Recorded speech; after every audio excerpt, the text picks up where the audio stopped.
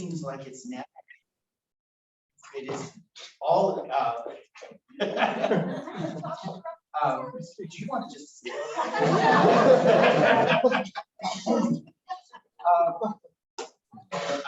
But I do think in the last 2 decades, it has become even more pronounced, and it has led into other arenas of our public life together. Not only do we have the struggle with racial injustice, but the struggle over abortion rights versus fetal good is now right smack in front of us, and we're talking about it and acting upon it in a way that kind of plays into that binary, us versus them. You're either pro-life and therefore the other side likes to kill babies, or you are pro-choice and the other side wants to subjugate women. Those are our options, right? Immigration, it's either about safe borders or a welcoming nation. Those are our 2 options. COVID policies, it's either about my body, my rights, which is an interesting bumper sticker that doesn't always transfer across issues, but my body's my rights, or an implication of the common good. I mean, even Betty, right? Betty's point earlier about what do we do with social media? We're stuck between a binary. There's some people saying, why can't we police this more? And then there are other people who have concerns about surveillance as soon as you start talking about restricting social media. So that us versus them, I think, has become a really entrenched and dominant part of our public culture.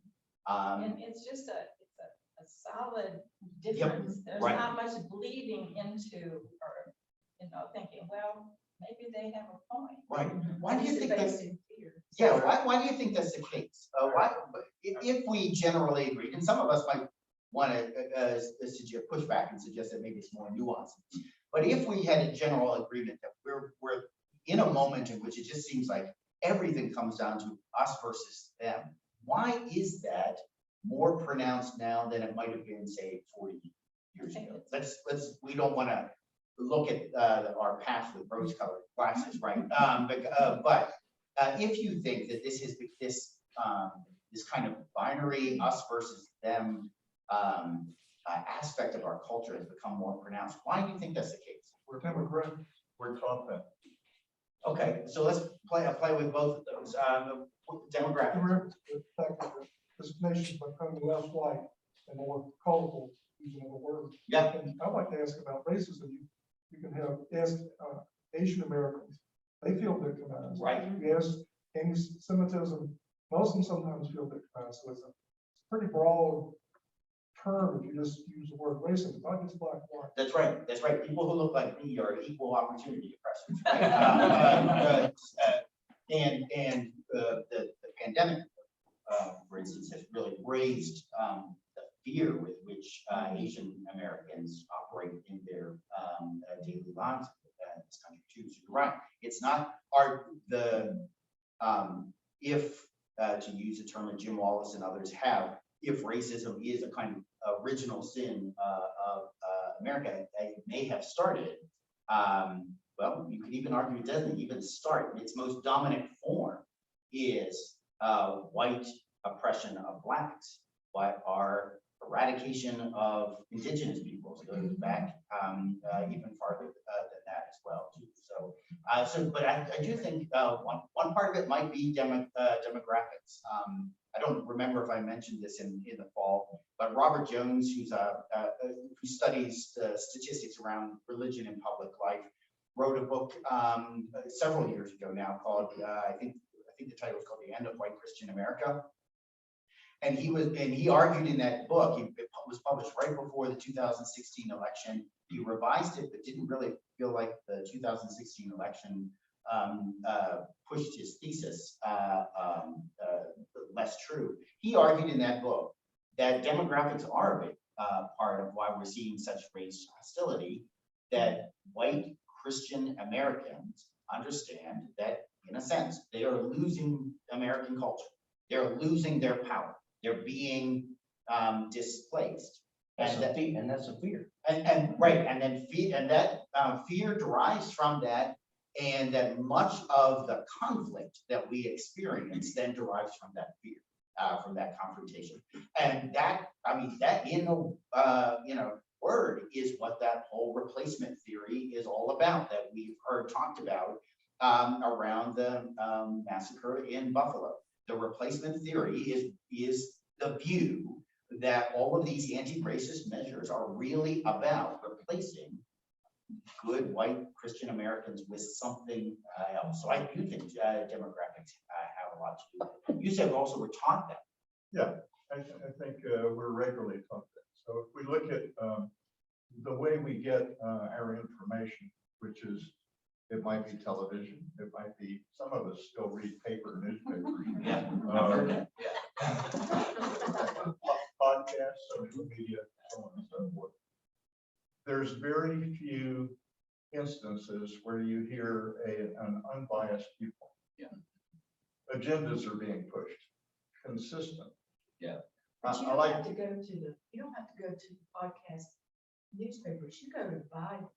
And people use the Bible to be prejudiced against others. Think about the Good Samaritan. the church is one of the worst places we're being taught.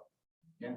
I'm not necessarily picking on this church. No, fair But- enough. I think we need to do a better job. There was Yeah, a I think we little need to do a better job. joke I saw this week about if you go to a church where they're telling you what you should do, you're going to the wrong church. Mm.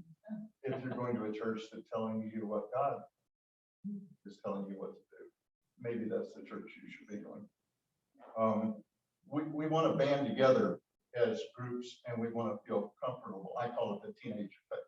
Yeah. You know, the preteen effect, where everybody wanted to dress the same and look the same Yeah. and be the same and be in the in crowd, except there was no in crowd because nobody was in the crowd. We still do that as adults. But we're taught that system. So I have acquaintances that they'll only watch one TV news program. Yeah. And I said, you're only getting one viewpoint. Right. And they said, well, you know, I can't watch, okay, pick your news program. Right. All right. Doesn't matter if you're conservative or, it works the same way both ways. And so what we've done is we've polarized ourselves. And we consistently teach ourselves to polarize.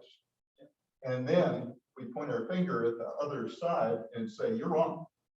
And we attack the individual. Okay. And I grew up in Washington, D.C. And I was there in the 60s when we had all the, if you want to see rioting, I mean, Seattle was nothing compared to 1967 in Washington, D.C. Where they, and I happen to be in a counterintelligence group. So, Betty, you were asking about people looking. We've been looking at you for years. Going back to the church, MLK said in the 60s, the 11 o'clock hour on Sunday is still the most segregated hour in The country. week. Yeah. In the country. And that hasn't changed. Right. Look at us. What if we had invited a person of color to this conversation or something? You know, we don't even, it's just not even on our radar that much. Yeah. Some of us are almost immigrants. I'm a second generation American. You know, but I don't look like it. So if I had a different color or a different hairstyle or wore a veil or something. But Or if you you're were a exactly right. Samaritan and I was a Jew or whatever. Yeah. You just walk by and you're fearful. I'm in a hurry. I don't have time for this. That's one thing. That person might be the mean guy that he just got the bad end of the deal. You know, all the thoughts that those really religious, godlike people walked right by this man and wouldn't even help him. And then the one that they classified as the center person goes by, puts him up on his whatever beast, donkey, and takes him, and not only takes him somewhere to be helpful. I have an organization, and part of what we do, and it's required by law, is that we have a consumer board, Mm. which means that you have people that look like your patients. And I have a person on that board who is mentally ill. And the other people on the board are like,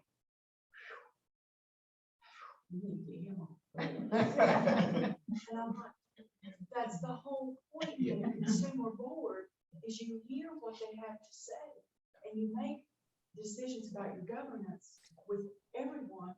I mean, with thoughts toward that person. You don't do crazy stuff, but you still listen. And I think both of those points, they're very much related, and it comes back to this, half full, half empty, question. Social media has a lot to do with both that lack of empathy, our inability to imagine someone other than ourselves, and to see the world as they see it, and to see ourselves as they see us. So that lack of empathy comes, and our lack of perspective, kind of nearsightedness, myopia, that comes from going to the same sources of information, talking to the same kinds of people, living in the echo chamber. All of that has been made, we already have a penchant for doing that, and we have a history of doing that. That has been made so much easier in the virtual internet age. When I wrote In Defense of Civility, I was actually still at a moment where I was cautiously optimistic that social media would actually democratize public discourse, and that everybody would, more people, it would lessen the elitism of public discourse. More people would be able to get into the public conversation. It would be richer, it would be more diverse, and it would actually aid the project of civility. And then I woke up, and then I realized that I still think that in some one of the multiverses, that might be possible to use social media in that way. And I still wish that 1 or 20 of my students would dedicate themselves after they graduate from military college of constructing platforms that intentionally mix, diversely mix informational sources, so that somebody could go to one platform but is necessarily getting bombarded by all kinds of different perspectives in order to challenge, to have them challenge one another. But that's not the way we use social media now, right? The way we use social media now is we gravitate to the places that share our preconceived ideas. And as you suggested, this is something conservatives do, and it's something liberals do. So I have family members who watch nothing but Fox News. Fox News as if it's the only channel on the TV. And then I have colleagues at the college who would not turn on Fox News at all and watch nothing but MSNBC or CNN. Well, those are carbon copies of one another. What Don Lemon and the dearly departed Chris Cuomo are doing on CNN, what Rachel Maddow is doing on MSNBC is exactly the same thing, except flip, that Tucker Carlson is doing on Fox. It's feeding a narrative that is self-perpetuating and is not open to critique. Now, one of the things all that you have to do is go back 4 years, and CNN spent 4 years talking about 90% of the time about Donald Trump. Yep. Guess what Fox News is talking about? Joe Biden. Right. It's a marketing tool. That's right. That's right. And actually, the prior president or CEO of Fox News, who happened to be married to one of our high school classmates, he's no longer there, but he's the guy that set up the whole concept of kind of attack media. It's the norm. yeah, right. And it is market driven. I mean, CNN spent the 4 years of the Trump administration focused on critiquing Trump because they spent the 2 years before that giving him free media coverage because it was good for their And viewership. they lost 75% of their viewership when Trump went out of office. Yeah. 75%. Their number 3 is news media. Right. They were number 1. Because the horse they rode is no longer racing now, right? Yeah. But who's responsible, the media or the participants? Yeah, we Question, watch Jerry, it. that's like that. Who watches those things and who pays for them to continue to Right. perpetuate? The advertisers what's happening? got the ratings and their money comes from people that advertise. I think that's what makes Look, this. I'm spending money, but he doesn't do it out of the goodness of his heart. Right, right. And that's what makes it such a tractable problem, is those three elements are related, right? CNN and Fox News make their decisions based on market viewership. Advertisers underwrite that and also gravitate towards the success of those networks. Those networks only have success if we're actually watching them. So where do you start? I think, a collective commitment on the part of those of us who consume media to consume it more critically and to consume it more widely would have, I'd like to think would have some impact. Now, but would it have an impact that would be able to go toe to toe with the power of the advertising caucus? I don't know. But you're almost heading back toward that equal content rule we used to have. No, but nobody liked that one either. Right, no, right. And that raises another point that we should also acknowledge too. Back in the olden days when I was growing up at home and we had 3 channels on our TV. We had CBS, NBC, and ABC. We now, I think we can all now acknowledge, those were not unbiased news reports. Those were there is no view Don't from tell them. me Walter Cronkite. I'm sorry, I love Walter Cronkite, but there is no view from nowhere. Those were an attempt to give the news that was given from a location of subjectivity, right? So if you wanted to look at things half full, you could say we're actually in a better position than we were in the 1970s, because we now have enough sources of information that we can recognize that we're not beholden to 2 or 3. We can recognize the shortcomings, the bias, if we were to use it that way. The problem is we don't use it that way. The people who are doing these multiple killings,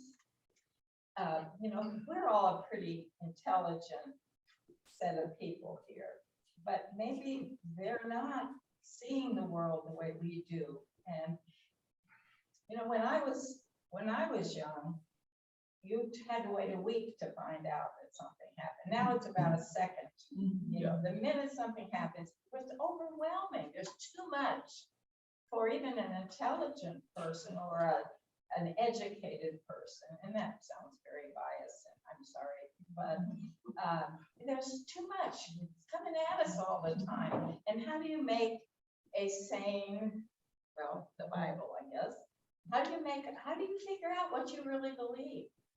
Yeah, I think that's a good question and a good point to ask. And you're right to suggest that it needs to be asked delicately, right, with some nuance, because Let me add Oh, sure. one point. There are hundreds of mass killings every year. We only hear about a half a dozen because they fit the agenda that wants to be spoken about. I live in a town that has over 200 drug-related gangs that kill each other on a regular basis, mass shootings. Now, I live in Orlando, Florida. You wouldn't think Disney World was the place of the drug gangs, but it is. We have 300 murders every year in the town I live in. If you lived in Chicago, New York City, Philadelphia, Los Angeles, it would be worse. We don't hear about those on the news. They're not broadcast. We don't care about them. Yeah. Because it's blacks killing blacks, or in the case of where I live, it's not blacks killing blacks, it's Hispanics killing Hispanics over territorial drug rights. It's economically driven. It's not race driven. It's not religious driven. It's economics. And the majority of the murders in the United States are economically motivated. They're not motivated by mass shootings. I mean, the mass shootings are not necessarily the majority motivated by race or religion. They're motivated by economics. We don't hear about that on the TV. No, It's not good news. It doesn't sell. the 25 years ago, that's all we was. I think to your point, that once again, what we hear about is shaped by whatever the agenda of the outlet is, or the larger culture, which is right. So we're hearing about these mass shootings in part because these kinds of shootings are more prevalent than they once were. But you can ask, I think, critical questions about why we're not also hearing about the daily domestic violence that is an epidemic in this country, drug-related violence that's still epidemic in parts of this country, and it's because it gets us back to that same question of, well, what the media networks think will sell. So what can we do? I mean, what And can so- we do? We know it's a problem. How can we get more? So we can spend more time reading the scriptures and watching the news. Well, one of the, it is not, obviously, it's not an easy question with easy answers. And I do think to some degree that we all have to get comfortable at removing this glacier with an ice pick. But I think some of those ice picks are they're better than doing nothing at all, right? Just wailing. One of them is for us to think about our media consumption, to complicate that, and our media production. Those of us who might be in a position to, in a healthy way, complicate the way media is produced and disseminated. That could be something. I do think this question of education is key as well. If we don't talk about it with some nuance, it can very easily become another kind of elitist binary, right? If only those people were as smart as me, if only those people had the liberal arts education that I bestow upon my students, they would not ... I don't think that's the right way to talk about education, but I do think education is an important component of this. Both public education and investment in public education that allows more and more people, whether they're going to college or not, to have their horizons expanded and to have the basic skill set to imagine a life other than the one they see. But also broadening the access to college education. You want who's complicit in the problem that we're describing? The institution I work for, where that has taken liberal arts education and has made it a commodity that is generally available only for the 1%. That's not to say that there are, by the grace of God, students at Middlebury, but the entire Middlebury College's entire ethos, sense of being, and economic structure is built on the assumption that the majority of students who go there will be able to write out a check for $65,000 to $70,000 a year, and that we will have that 23% of the student body coming from the 1% of wealth. As when you hoard education that way, especially liberal education, which the principles of liberal arts education are to expand horizons, to develop moral and social imagination, to develop skills in critical thinking. When you hoard that to an elite, you deprive a whole other constituency of the population from those skills, and you reduce it to an economic mechanism. My students now, too many of them see their education as a way to get to Wall Street, not as a way to develop these social skills. I just attended my granddaughter's graduation from a liberal arts college in Florida. And it was sad to sit in that auditorium. The chaplain never said the word God. He sort of talked. He didn't pray. I mean, he had no one to pray to. It was so sad. And I see that these kids, and everything you just described about their thinking and their creativity is true, but God isn't a part of that. And that's, I think, the other venue.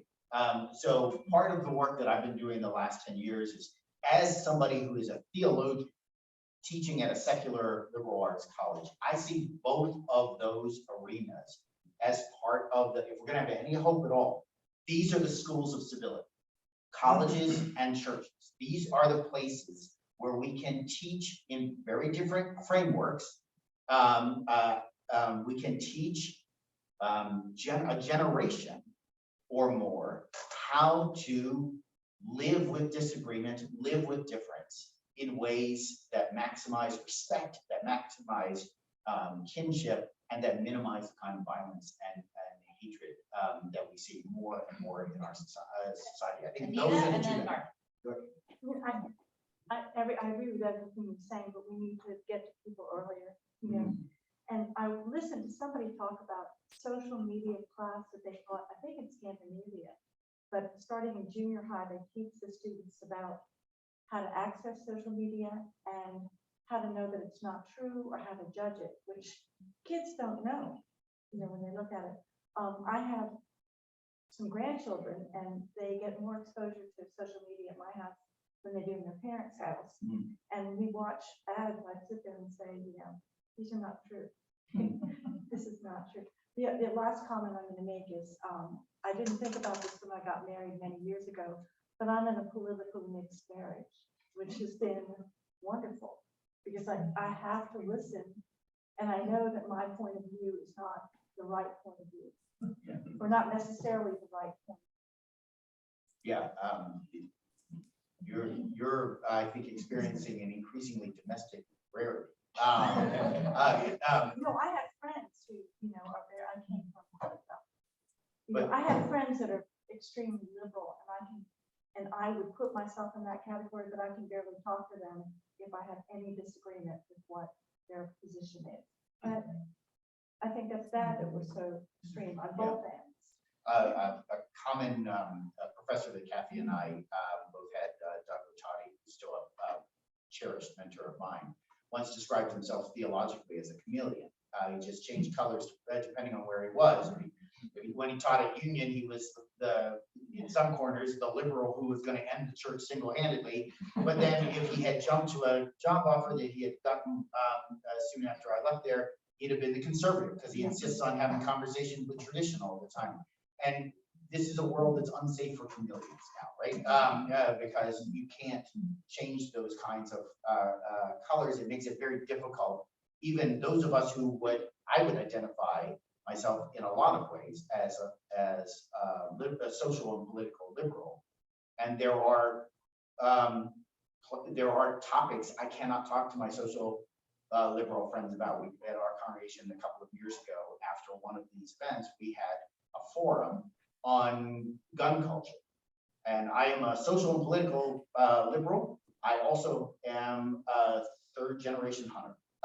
And so and it was an interesting dynamic because I and my friend from the state police then became the gun guys on a panel because there was too limited a bandwidth to be able to talk about, is it possible to put these two things together? Can gun owners talk intelligently about and entertain intelligently restrictions? Can I, as a gun owner, sit with the question of whether I absolutely have to have access to an AR-15 to be a whole person? So that kind of nuance is not in the room. It became the gun guys and the other people. And you use just one ideology to discount that whole person. Right. Can you think in more than one issue, or is one issue or one kind of category of issues how you interpret the world and other people? Barbara, and then we've got 5 minutes, y'all. I know we're just getting started, but unfortunately we have 5 more minutes. Well, what we can do, an example that comes to mind is at the beginning of the pandemic, Charlotte's 200-year-old First Pres Large invited the Black Presbyterians to meet with them when it was still online. And they rotated giving sermons, music, extended well into the 2 or 3 year period. That's a great example too. I think part of what the churches I really do think that if there's any hope for our culture, we in the church can be part of that. And that's actually, the point of the work that I'm doing is to, at this meeting I was at yesterday, somebody was saying, we're talking about transforming the church and transforming the culture, transforming it into what I think this kind of transformative social witness, teaching and modeling a greater culture, about how to live with difference and disagreement, with humility, with patience, with mutual respect, is an important social witness we do. We first have to get our own houses in order. And part of that is confessing our own complicity in the legacy of racism and legacy of these kinds of binary ways of thinking about it. The other way is to reach out to people who are different from than us, to model that engagement, to play a role in empowering voices that historically are not heard. So I think that is a great example of the kind of work that churches can do. I do want to just go back to, I'm sorry, your name? Anita. Anita, yeah, I'm sorry. Anita, the first point you made about education and getting started earlier was is well taken. I do think that this is also there's a public education crisis in this country that was exacerbated by the pandemic as well. And I think part of this project also has to be seeing public education as a biggie for teaching these kinds of civic values as well. And can we figure out how to do that? Our public schools are sometimes as allergic to teaching civics these days as they are now about teaching religious literacy, because they can't figure out how to do it right. Can we figure out how to do that in a way that makes our kids socially productive? Eddie, I think yours might be the last question, because Okay. James does have to get ready to preach too, so. We could just keep doing it. To find Board of Education people, commissioners, whatever, that are not either over here or over here. Yep. And for public education, we need those people that will study both sides and what is best for our students. My question to you is, because of your forbearance studies, I find it hard that I can ever accept some of these other people's ideas any more than they're going to be able to accept my understanding. So how do we get there? How do we get open-minded enough to say, well, maybe some of your ideas aren't so bad? Because they are to me. So I don't think the project of what I call forbearance or civility means that I have to accept some ideas that I find offensive, that I find dangerous, that I find horrific, as just as good as mine. I don't think that's what civility or forbearance requires. What it does require is that I pause to understand the person themselves and understand, can I be humble enough about the shortcomings of my own perspective? Can I be patient enough to learn something about people across the proverbial aisle that I at least might understand how in the world they got there, if not find some aspect in their view that educates and improves my own? And can I maintain a sense of respect for them as people as long as possible? Here, as on many other fronts, I really am inspired by King's insistence that that the call to work to participate in beloved community doesn't mean I have to like the person across from me all the time. Some people have views that I just cannot like. But King argued we have to find it in ourselves to love that person, as a child of God, and that is our Christian imperative, and that's absolutely essential for a healthy public culture as well. And I think that's the challenge. And to do that, we've got to cultivate, we've got to have some arrows in our quiver. We've got to cultivate some skills that allow us to take the time to understand who they are, to better understand where they're coming from. And that, I think, goes a long way to respecting them as people, even if we don't ultimately respect the views they hold on a particular issue. That's a great place to end, I think. I know, we'd all be ready for another one of these next Sunday. The Sunday after the Sunday I'm after. going home. But hopefully, this is helpful in planting some seeds for us to continue to have these conversations together ourselves and maybe with some of our neighbors in our community who we know are having very different conversations than we typically are here. So I know you want to join me in thanking Dr. Davis for spending this time. On really important. I mean, that last piece to me is so critical. How do we spend some intentional time getting to know, think, and view the world differently than we do? Often who also call themselves Christians, right? And so that we can be a witness of how we really is. I believe God's calling us. Thank you for being a part of this conversation, and we'll get more time to reflect and make together and worship. So Thank you all. This was worth the redo. Thanks, everybody. Good to be with you. Hi, Kathy. Yeah.